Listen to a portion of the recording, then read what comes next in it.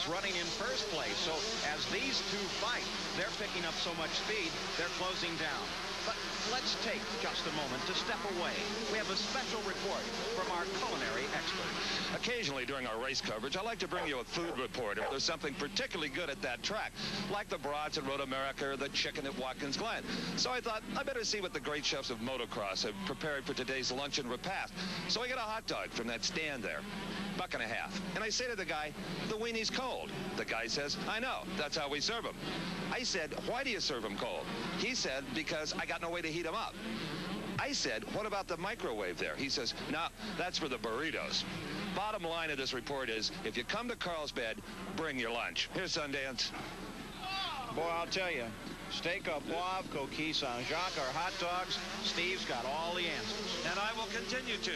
But if you come to Carlsbad along with your lunch, bring your binoculars for world-class motocross action. What a fight we've got, and it's starting to happen up front.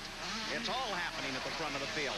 Mike Healey, number 66, is now being chased and pursued very closely by not only second place, but third place. He is trying desperately to hold off Rick Ryan, but look at Ryan. Ryan pulled up alongside for just a second. Now he drops back, moves to the other side. He continues in pursuit. Healey pulls away just a bit. Ryan closes once again. Manneh comes up just behind as well. First, second, and third, all running right together. You can throw a blanket over him. Healey accelerates away. Now Ryan comes on the throttle. RADER is right behind. As here comes Rick Ryan trying to close again. They head for Devil's Drop. That's Healey coming over, then Ryan, then Manneh. First, second, and third running right together. And they all know, Paul, the time is starting to run out. If you got to make your move, now is going to be the time.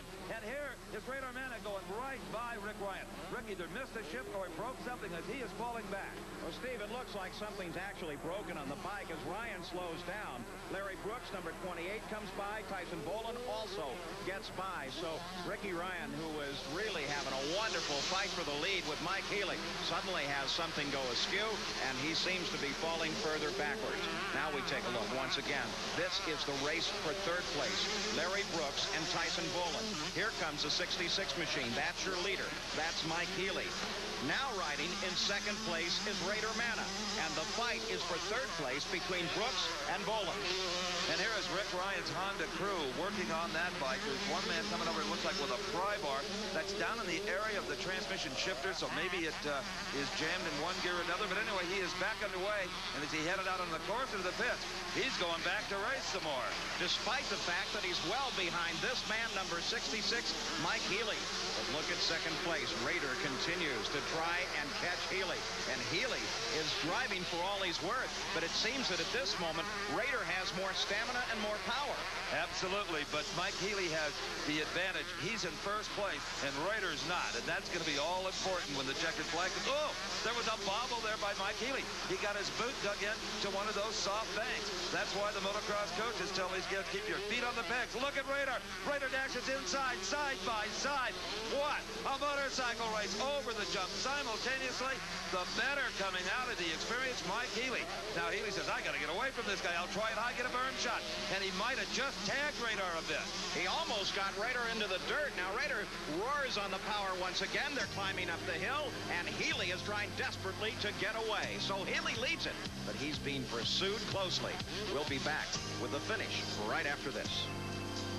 Laps of the 125 Pro Motocross, and Mike Healey, number 66 on the Italian-built Cagiva, continues but barely to hold off number 6, the Kawasaki of RADER Manneh. I'm Steve Evans along with Paul Page, and Paul, they've got us on our feet for this one. Oh, this has been a wonderful fight here at Carlsbad in the Golden State Nationals as we watch Manneh continue to tap on the back door of Mike Healey. Healey has had such a wonderful afternoon. That Italian bike working so well, but now it's skill and machine trying to hold off Manneh. Manneh comes down to the inside. He pushes past Healey. He has the lead now. So Healey gives the lead up to Manneh, and Healey begins to fall back just a bit. You know, Steve Evans, Manneh sat lap after lap after lap behind Healey. I'm sure in all that time, he was able to work out exactly the spot that he performed just a little bit better. Some pretty bright racing. And also, he was watching the leader, Healey, to see if there was any corner where he consistently went wide. He found one, took advantage of that. Now, Healey is going to try to strike back. He's got blood in his eye now. Boy, what smart riding, though. Mike Healey rides in second, and look just behind him, Larry Brooks trying to close down as we take the white flag and begin the last lap with a change on the penultimate lap as Manneh picked up the lead from Mike Healey. Let's shift our conversation a bit to Larry Brooks on the Honda number 28. He is still in this thing. In fact, he is now starting to gain on Healey. Healey in the second place position. Now the fight moves to second place, and it's really a three-way battle because Boland is moving in there as well. So Brooks chasing Healey. They come up to the top of the run. In the air now as one gets into the side of the other. Both maintain balance, but Brooks gets past, and Healey is forced off the side of the circuit. He is, Paul, and that's going to cost Healey a couple of places as number 38 Tyson Boland took over the third spot. Mike Healey, that little encounter dropped him back to fourth, and he's kind of pulling to the inside. He may have bigger trouble than that, Paul. You know, Steve, with that contact in the air coming off the ledge, I'm surprised that Healey stayed upright. Now look at him as he fights the bike, and that's Michael Craig on number 40 that is right behind him. He's got a number 3 on his back once again, but the bike is 40, and it is Craig, and he's trying to take fourth place away from Healey. There he gets it done. Healey still has his trouble. And here's the race for second. 28 Larry Brooks, 38 Tyson Boland right behind him. There's racing going on all over this track. Well, there is RADER Manneh headed for the checkered flag, but Paul, with Healey suddenly dropping back, Larry Brooks moving up, I'm not sure who is going to win this thing overall. That is going to be a CMC decision. They're going to have to head up the points and tell us. Well, Brooks looks to be in a great position as we watch Manneh head up for the Devil's Drop, down for the last time, and toward the checkered flag. Now, in second place is Larry Brooks as he comes across the line, finishing in second, so that should give Brooks enough points for an overall win. Well, here's the finishing order for that second moto. It was Manneh, Brooks, Boland, Craig, and Healey. But my numbers show a tie between Brooks and Healey. Let's go to Paul with RADER Manneh. Good run there, but the first moto really pulled you down. Yeah, I got out there in the first couple laps and just got tense, and my arms pumped real bad, and I was just on my downdraft.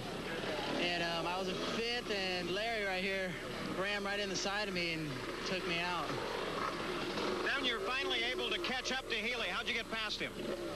He started making a lot of mistakes, and down the downhill, he went a little bit wide, and I cut on the inside of him. So if you had only pulled that first moto a little stronger, you could have been first overall. Yeah, it would have worked out a little bit better, but I got to learn to warm up my arms before the first moto. Maybe next time. All right. Congratulations. Good luck. Thank you. And the hard luck story of the day is Mike Healey, who finished fifth. He should be with Steve. Well, Paul, I'm still waiting for Mike Healey here, and I think they're still computing the points. Larry Brooks, you ended up in second spot in this moto. How about overall?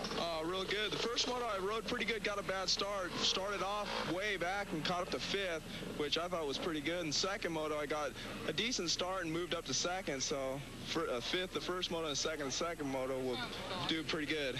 Should put you close to the top, if not maybe on top. Yeah, they're saying I won overall, but I'm not sure yet. We'll wait for the official score. Well, that's what we're waiting for as well. A fine ride. Congratulations. Thank you very much. Okay, Paul. Terrific run there. Italian bike looks strong. Yeah, thanks a lot. It is working really good, except for a little minor problem at the end of the race. Yeah, the silencer fell off the pipe, and I think I probably could have kept it up if it wasn't for that. Lost a lot of horsepower. Were you getting a lot of pressure from behind? Yeah, I was getting, a lot of it, but just Larry Brooks that was just here, doesn't race fair and never has. If he knew how to ride fair, there wouldn't have been, bumping out there, and it would have been clean racing. He landed on top of me, overjumped, knocked my shoulder out of socket. Had to ride the last half of the race, lap, with the shoulder out of socket. Came back in here, put it back in the socket, and the guy doesn't even say sorry for landing on me. Is there anything you can do about that now? Just race with him. That's all I can do. And next time, beat him bad. Yeah, next time I'll beat him. Your shoulder's all right now? Yeah, it's okay now. Good talking with you. Thank you. Well, a lot of things can happen when two motorcycles are side by side, 10 feet in the air.